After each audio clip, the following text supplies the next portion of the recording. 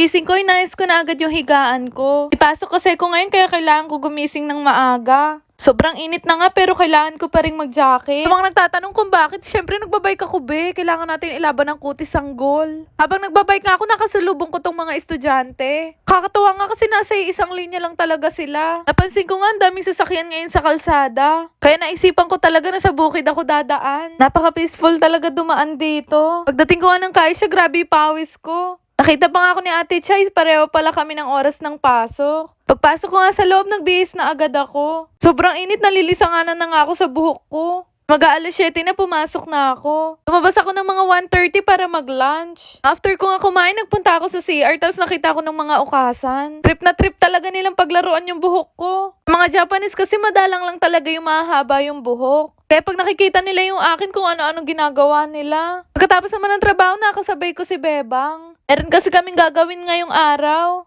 Kita nga namin si ate na gumigiling pa sa sulok. Dito kami nagpunta sa apato nila Bebang. Meron kasi nagbigay sa amin na kaibigan namin. Binigyan niya ng cake si Bebang tapos binigyan niya rin kami ni ate. Maya nga naispatan kami ni Bebang sa basurahan. Sakto nga wala siyang cabinet, yun kasi nakita namin. Kaya sabi ko sa kanya, buhatin na namin hanggang sa makarating kami sa apato nila. Buti na lang hindi ganun kabigatan. Sayang kasi ang ganda pa talaga nung cabinet. After nga namin magbuhat ng libre naman si Bebang sa vendo machine. Tapos umuwi na ulit kami sa apato nila. Pakita ko lang din sa inyo yung collection ni Bebang. Na-addict kasi yan sa action figure ni Nezuko. Pero halos lahat ng yan nakukuha niya lang sa claw machine. Halatang halata talaga kung sino yung nagbabatak sa claw machine. Pati nga yan, nakuha lang din niya doon. Tuwang-tuwa nga siya doon sa cabinet na nakuha namin. Ang ganda, di ba? Excited pa nga si Bebang nung bubuksan na niya yung cake niya. Gusto ko na nga ibukas kasi nagugutom na ako. Kaya lang nung pagbukas niya, ganyan na yung naging itsura. Nagtaob-taob na pala yung cake, sayang naman. Di bali masarap pa rin naman yung cake. Tapos ito naman yung binigay sa amin ni ate. Kamote Q siya na in-slice ng maliit. Nung pumasok nga sa kwarto si Bebang, sabi ko kay ate, surprise namin siya.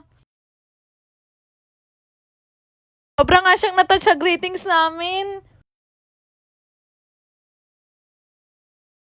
Di naman halata pero birthday nga ngayon ni Bebang. Parang ako yung may birthday kasi ako pinakamataas yung energy. Natawa nga ako kasi akala ko festival queen ako. Sabay-sabay natin batiin ng happy birthday si Bebang. Happy birthday, Bebang! Pagkatapos nga namin kumain, may bago akong tinesting na laro. Pangalan naman ng laro na to is Phoenix. Syempre, para mag-register, kailangan lang naman yung phone number. Mag-create ka lang ng password mo, tapos isa-send na sa'yo yung OTP. Ganun lang naman kadali mag-register, makakapaglaro ka na agad. Syempre, bago maglaro, kailangan mo muna mag-cash in. Ginamit ko nga ulit dito is GCash. Pindutin nyo lang naman yung plus sign na makikita nyo sa bandang taas. Hingin lang naman sa'yo dyan, GCash number at yung OTP. Yung una ko nga nilaro yung Benz and BMW. Parang ganito lang yung karaniwan kong nilalaro, kung saan lang naman huminto yung ilaw, yun yung mananalo. Pero syempre, depende pa rin sa inyo kung magkano yung gusto nyong ibet. Sobrang dali nga lang ding laruin ng laro na to. Malalaman yung nanalo kayo kapag ka umilaw yung binet nyo. May oras lang yung pagtaya dito kaya kailangan bilisan yung magbet. Swerte talaga ako sa mga ganitong laro, bawat taya ko nananalo ako. Depende sa mapapanalunan mo yung dami din ng taya mo. Ganyan lang siya ka-effortless laruin, mag-iintay ka lang naman ng ilaw kung saan siya hihinto. Habang gumagabi nga marami na din ako napapanalunan kaya naisipan ko na mag-cash out. Pero sabi ko last 3 games na lang talaga uuwi na ako. Di ba umabot pa ng 28,000 yung pera ko? Highly recommend ko to kaya itry nyo na din to. Para naman mag-cash out, pindutin nyo lang yung withdraw na makikita nyo sa baba.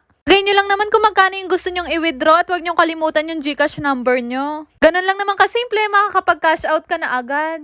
After nga nun, ginabi na ako kaya ang dilim na. Dahil malayo yung apato ko, mag-isa na lang ako umuwi. Maan pa nga ako sa 7-Eleven para bumili ng ulam. Wala nga ako maisip na kainin ngayon kundi shin ramen na lang. Bumili na din ako ng tinapay at saka ng sausage. Yan lang na may binili ko kaya nagbayad na ako at umuwi.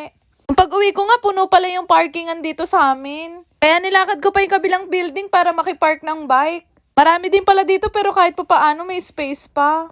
Mga ilang minutong lakaran pa nga to papunta sa apato namin. Shoutout nga pala kay Elizel Castillo, Nerissa from Palawan, Camille Amuyan, Maribel Degit, at kay May Ariola. Shoutout po sa inyo lahat. Yun lang naman. Salamat!